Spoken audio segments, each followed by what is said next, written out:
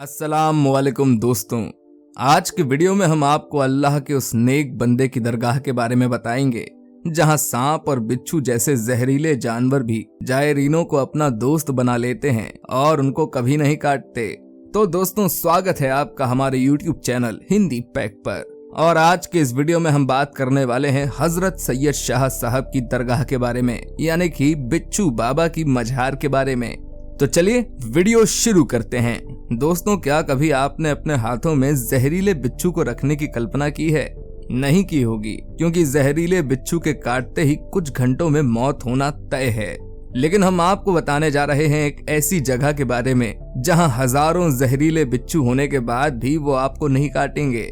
जी हाँ दोस्तों, एक ऐसी दरगाह मौजूद है जहां सैकड़ों बिच्छू घूमते हैं। लेकिन हैरानी की बात यह है कि वो बिच्छू लोगों को काटते नहीं हैं, बल्कि उनको अपना दोस्त बना लेते हैं। जी हाँ, आप बिल्कुल सही समझे। हम बात कर रहे हैं यूपी के अमरोहा की हजरत सैयद शाह साहब की दरगाह के बारे में।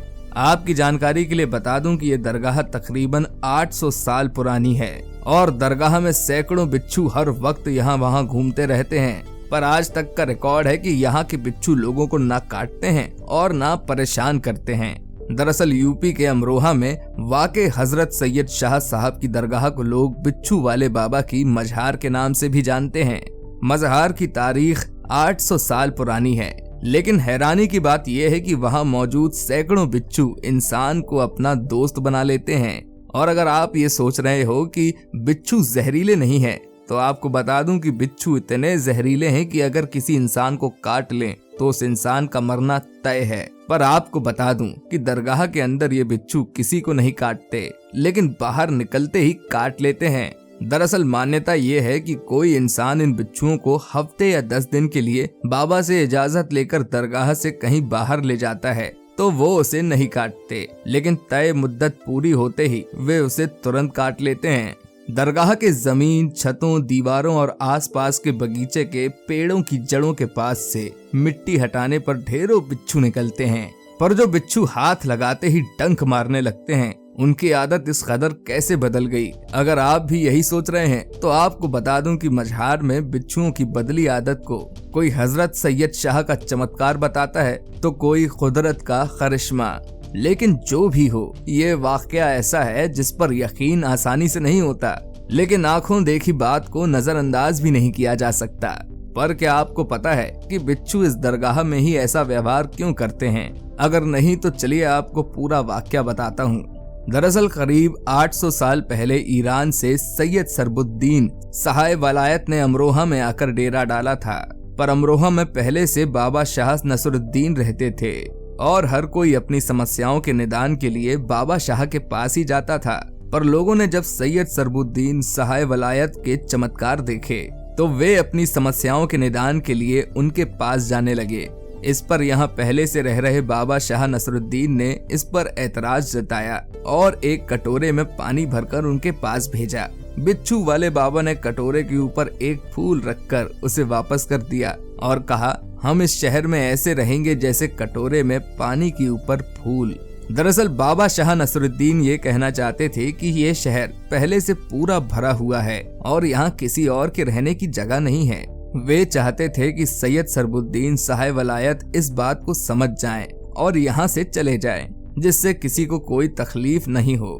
पर सैयद सरबुद्दीन सहाय वलायत ने भी दिमाग से काम लिया और उन्होंने उस जल से भरे हुए बर्तन पर जो फूल रखा था उसका अर्थ ये था कि उनके कारण किसी भी व्यक्ति को कोई तकलीफ नहीं होगी। वे अल्लाह की इबादत करते रहेंगे और किसी को भी परेशान नहीं करेंगे। पर उनकी इस बात से बाबा शाह नसरुद्दीन नाराज हो गए और उनके इस कारनामे पर बाबा शाह नसरुद्दीन ने बिच्छू वाले बाबा को बद्दुआ दी।